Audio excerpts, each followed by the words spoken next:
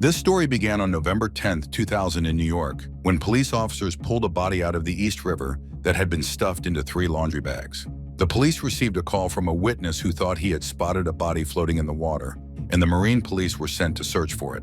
Finding the body was difficult because of the river's strong current.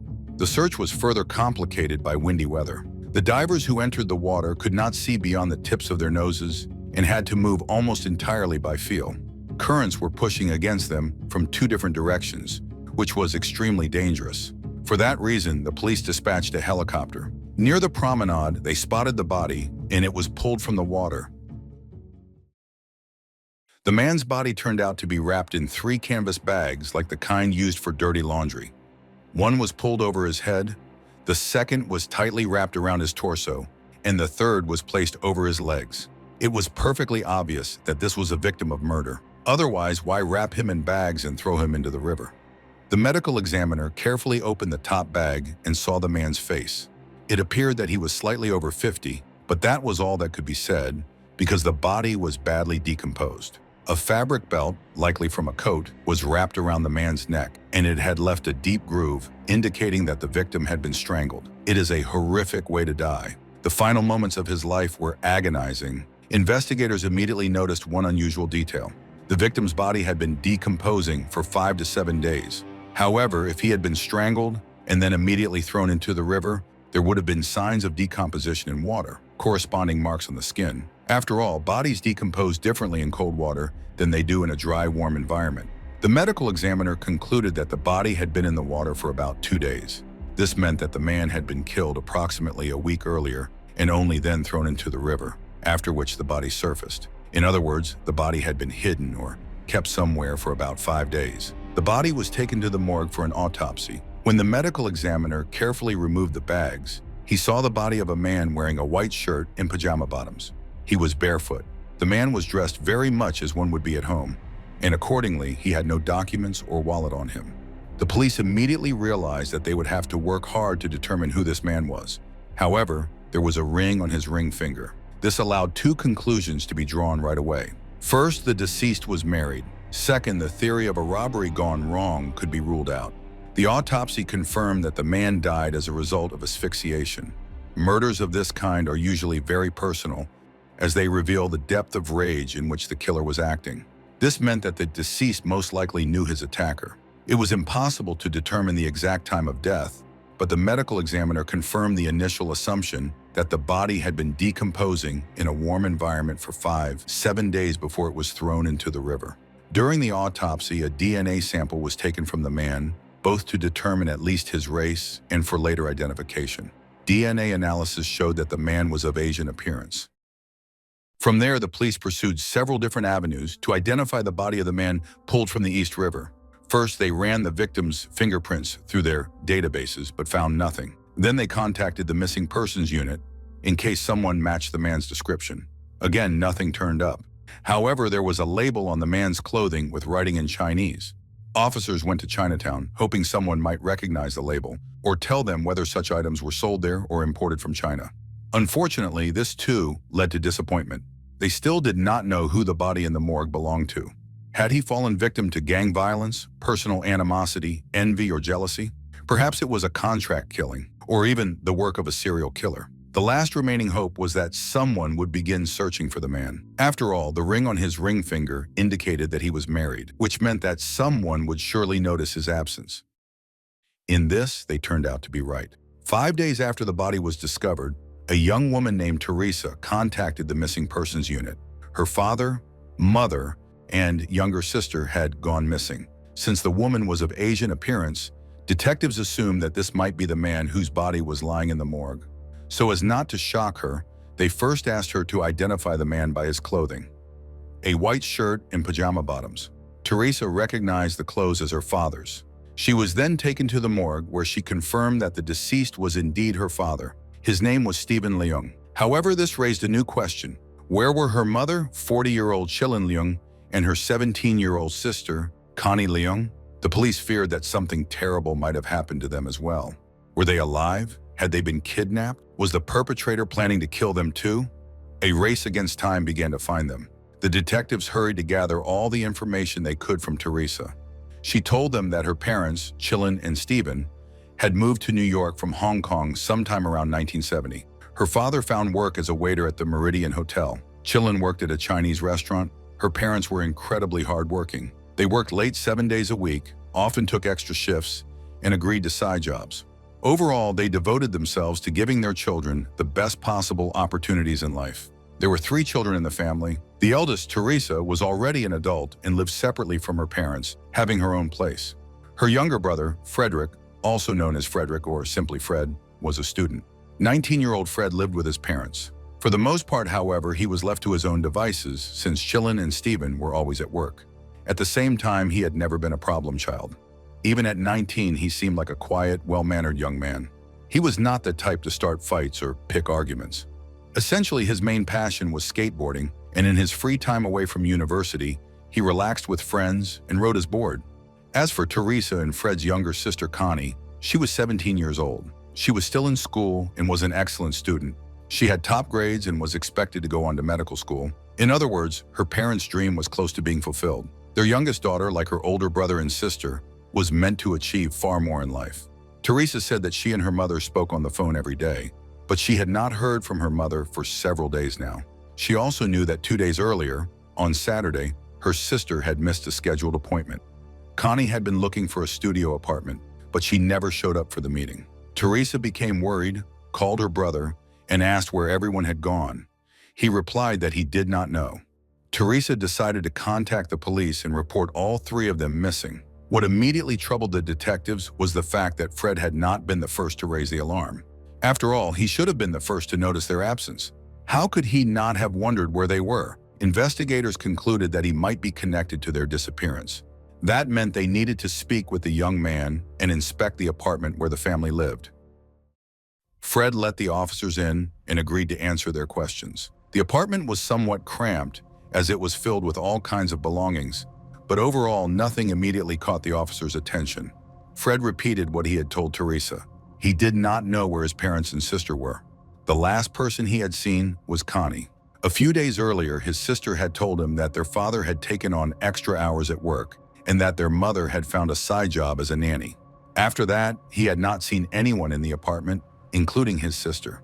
The police did not understand why he had not told anyone about this or shared any concern, because in fact, he had not been worried about anyone at all. Fred explained that the issue was his parents' astonishing work ethic. In addition, he himself often went out, stayed overnight at friends' places, then came back and left again. Simply put, for this family, for these children, there was nothing unusual about not crossing paths with their parents for an entire week. Fred simply had no reason to assume that this time they had gone missing. Of course, the police did not take the young man at his word, but after a lengthy interrogation at the precinct and after speaking with his friends, Fred Leung was released and sent home. Since Chilin and Connie had still not been found, the police began to fear the worst. Detectives spoke with Stevens and Chilin's co-workers, as well as with neighbors, but none of them were able to help the investigation. All they knew was that the couple were good, hardworking people. Again, because of their work hours, the neighbors barely knew them and could only say that the family was very quiet. They had never heard any shouting or arguments. As looking into the parents' lives led nowhere, the detectives turned their attention to the children, and a conversation with one of Connie's friends proved far more productive. Connie had a friend who lived on the west side of Manhattan in the West Side. The young woman told the police that just a couple of days earlier, she had had lunch with Connie and her boyfriend. The detectives were relieved to hear that Connie was alive, but at the same time they were confused. The friends said that Connie and Eric were living at a different address. Officers went to the address provided by the young woman, but the couple were not there. Meanwhile, they tried to learn more about the life of the family's youngest daughter. Connie had always been a very talented, intelligent, and diligent young woman. She studied exceptionally well and had already received an acceptance offer from a medical school, a lucky opportunity that few receive. Connie was expected to become a doctor. Her parents were thrilled and closely monitored her progress to ensure she worked even harder and secured her place in medical school. But despite their efforts, like Fred, Connie was mostly left to her own devices because her parents worked so much. They missed the moment when their youngest daughter became infatuated with a young man. Whereas before she had been a model student who went straight home from school, Now all her thoughts revolved around her boyfriend. Her academic performance dropped sharply, and at some point Connie began attending school less frequently, which was very uncharacteristic of her. Connie's boyfriend, Eric Louison, was 3 years older than her. He had attended the same school as she did, but a few years earlier. When the young couple began dating, Eric was neither studying nor working. Evidently, he spent his time negatively influencing Connie, who had gone from being an excellent student to skipping school. It is worth noting that her parents did not want her to be dating anyone at all. They wanted her to focus 100% on her studies.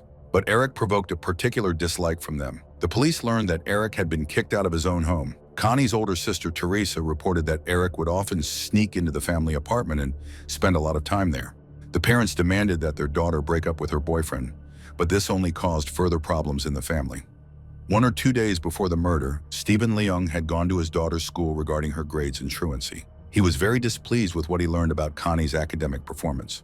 Overall, the situation had become quite tense, and investigators began to wonder whether Eric could be capable of killing Stephen and doing something to Chillin. He had never been arrested before and had no prior legal problems. But of course, there is a first time for everything, even for a crime. Meanwhile, the officers waited at the address provided by the friend until a 17-year-old girl and a young man appeared. The police approached, asked the young couple to identify themselves, and they said their names were Connie Leung and Eric Louison. On one hand, the investigators felt relief, seeing that Connie was alive, but at the same time they had many questions. The young couple agreed to speak with them, but it was clear that they were very nervous. The officers did not tell them that Stephen's body had been discovered. They only said that Teresa had reported her parents missing. Connie explained that her parents worked a lot and took on extra jobs, so she saw them very little. The officers asked why they had stopped at the unspecified place.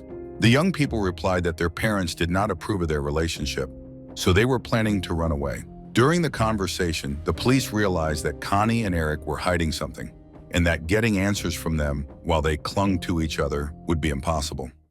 The couple was taken to the precinct and separated into different rooms for questioning. After that, the interrogation began. Connie was informed that her father's body had been found and was at the morgue, and that Teresa had identified him. The detectives asked whether Connie knew what had happened to them. She told several stories, each more fantastical than the last. According to one of them, her father had been killed by the Chinese mafia, which was extorting money from her parents. They supposedly strangled her parents as soon as they entered the apartment. Then, under threat of death, Connie and Eric were forced to carry the bodies to the water and throw them into the river. The investigators did not believe a single word of the story. Professional executions carried out by the mafia happen completely differently. They do not strangle victims with coat belts, because belts leave evidence that can lead to the killer. A mafia member, if it came to that, would simply fire a bullet and would not make the victim's daughter and her boyfriend dispose of the body. The story even sounded absurd. The detectives told Connie directly that they did not believe her story and suggested she try again, this time to tell the truth. The girl's face showed not a single emotion as she began recounting the events of the evening of November 2nd. In reality, Eric had been living with her for some time in her room in her parents' apartment. Of course, her parents had no idea. Connie had made a bed for Eric under her own. On November 2nd, she went to school, leaving Eric in the apartment in her room. That's when her father found him, and naturally Stephen was upset and angry and ordered Eric to get out of the apartment. To her father, Eric was the reason his daughter might lose her bright future, her education, and her successful medical career. If only he had known at that moment how right he would turn out to be. Eric decided to wait for Connie on the street. He wanted to intercept her before she went home and tell her that her father had seen him. While recounting this to the police, Connie added that she had been afraid her parents would hit her at home. It's worth noting that the investigators found no evidence that Stephen or Chillin had ever harmed their daughter. Connie and Eric discussed what to do next. They were choosing between running away or killing her parents. They leaned toward running away to Japan, where Eric could attend a ninja school. Under the assumption that it would straighten him out, maybe that would have been for the best. But the problem was that Eric did not have a passport. At the same time, according to Eric, he was afraid for Connie and did not want to let her go home. Around 6 o'clock in the evening, they agreed that they would have to do something about Stephen and Chillin. Connie and Eric returned to the apartment before her parents came home from work. Connie's brother was not at home. The couple began waiting for Stephen to arrive. Finally, the tired father came home, put on his pajamas, and sat in his favorite chair, resting after a long day at work. Connie entered the room to distract him. From behind, Eric approached the man with a towel that Connie had handed him. He covered the man's head with the towel and tightened it so that he could not breathe. Naturally, the man struggled for his life. Eric pushed him to the floor and shouted to Connie that he needed help. She panicked, not knowing what to do. Eric ordered her to hold her father, so she simply sat on her father's back. It is hard even to imagine the thoughts racing through the man's mind at that moment. His daughter, his little girl, the one whose life he had given and whom he loved madly, was killing him. And for what? For working tirelessly for her for days, and just yesterday going to her school worried about her future? For trying to protect her from a bad influence? Eventually, the man lost consciousness and stopped resisting, but Eric still held him down for a while. Then he told Connie that her father was dead. He ordered her to fetch a belt from her room. Eric wrapped the belt around the man's neck and tightened it to make sure he was dead. Then the accomplices hid the body behind the bed so that no one would see it upon entering the room. Around 10 o'clock, Eric ordered Connie to sit by the bed and wait for her mother to arrive. He hid behind the door. Soon, Chillin came home. She left some groceries in the kitchen and walked into the room. She saw Connie and began yelling at her, scolding her. At that moment, Eric threw a towel over her head and pushed her toward the bed. The woman resisted even more fiercely than her husband had. Eric had to sit on her, while the daughter held her mother's hands. Once Chillin stopped resisting, the killers wrapped another belt around her neck and tightened it. Connie and Eric then laid Chillin's body next to her husband's. Afterward, they showered, talked briefly, and went to sleep. Because the bodies had been in the room for several days and Fred still lived in the same apartment, the accomplices opened the bedroom windows so he would not notice the smell. The smell itself apparently did not bother them, as they had sex on the parents' bed while the father and mother lay on the floor nearby. The fact that a child is capable of killing their own parents indicates a particularly severe level of psychopathy, but continuing to live in the same apartment, next to the bodies, eating, and having sex on the parents' bed, this is almost incomprehensible. Of course, killing them was one thing, but now they had to figure out how to dispose of the bodies. 4 days later, the accomplices placed Chillin in laundry bags and then in a shopping cart. It was around 3 o'clock in the morning when they transported their heavy burden to a pedestrian bridge over the river. They walked a bit further and dumped the body into the water along with the cart. According to Connie, she did not feel remorse or cry. She simply said she was surprised that her mother's body did not sink immediately. The cart splashed on the water, and she and Eric watched it until it disappeared from view. They then returned to the apartment and fell asleep. The following day, or rather the following night, they attempted the same procedure with Stephen. They wrapped him in bags, placed him in a shopping cart, and wheeled him to the river. At some point, the body slipped from the cart. A few days later, it was recovered from the East River. The lovers were charged with the murders of Stephen and Chillin Leung. Their motive was simple and straightforward. They wanted to continue their relationship and, for some reason, decided that murder was the only way. Yet they had clearly given no thought to what would happen afterward. After committing the murders, they still planned to run away. But where could they go if Eric truly had no passport?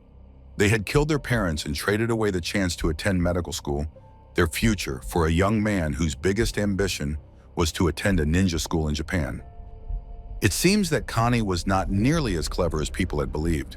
In this story, the tragedy is not only the loss of the parents' lives, but also the suffering inflicted on Fred and Teresa. To discover that your own sister and her boyfriend strangled your mother and father and then lived with the bodies for nearly a week, Connie and Eric destroyed an entire family. On November 19th, 3 days after their arrest, officers recovered Chillin's body from the river. She was in laundry bags and placed in a shopping cart, exactly as Eric and Connie had described. The defendants pleaded guilty to 2 counts of second-degree murder. They were sentenced to 30 years in prison. However, in 2021, after serving 20 years, Connie was released because she unexpectedly claimed that she had been a victim of domestic abuse by Eric. According to the court's decision, Connie Leung is prohibited from ever contacting her brother or sister. Eric continues to serve his sentence in prison.